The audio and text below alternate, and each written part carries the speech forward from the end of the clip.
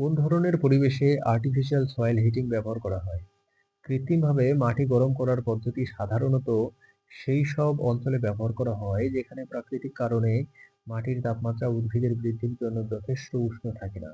বিশেষ করে শীতপ্রধান এবং পার্বত্য অঞ্চলে এর ব্যবহার বেশি দেখা যায়। Artificial soil heating is generally used in areas where the natural soil temperature is not warm enough for plant growth, especially in temperature and mountainous regions. যেহেতু গ্রিনহাউস এবং পলিচ্যানেলের ভেতরে তাপমাত্রা নিয়ন্ত্রণ করা প্রয়োজন, তাই সেখানে সারা বছর ফসল উৎপাদনের জন্য কৃত্রিমভাবে মাটি গরম করার পদ্ধতি ব্যবহার করা হয়। Since it is necessary to control the temperature inside greenhouse and polytunnel, artificial soil heating methods are used there to produce crops throughout the year. যদি কোনো অঞ্চলে মাটি খুব ঠান্ডা থাকে এবং বীজ অঙ্কুরিত হতে সমস্যা হয়, তবে সেখানে কৃত্রিমভাবে মাটি গরম করে বীজ দ্রুত অঙ্কুরিত করার জন্য এই পদ্ধতি ব্যবহার করা হয়।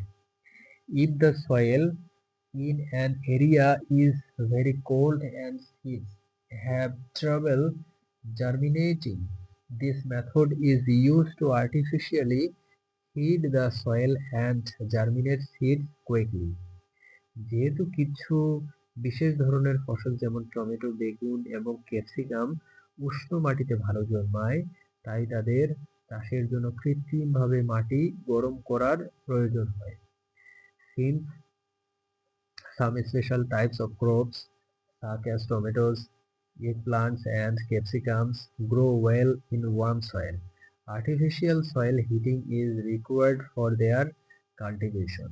যদি কোনো অঞ্চলে মাটি বরফে ঢেকে থাকে এবং চাষাবাদ করা কঠিন হয়ে পড়ে, তবে কৃত্রিমভাবে মাটি গরম করে বরফ গলিয়ে চাষের উপযোগী করা হয়।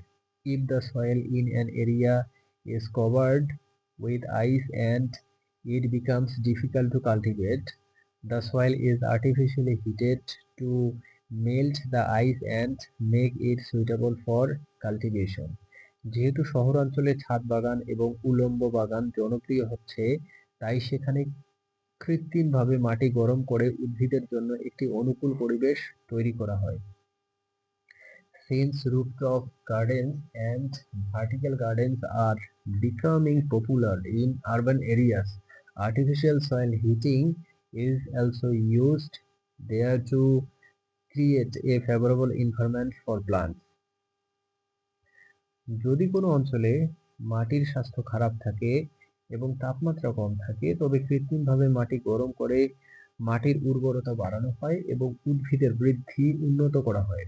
If the soil health is poor and the temperature is low in an area, the soil fertility is increased and plant growth is improved by artificially heating the soil.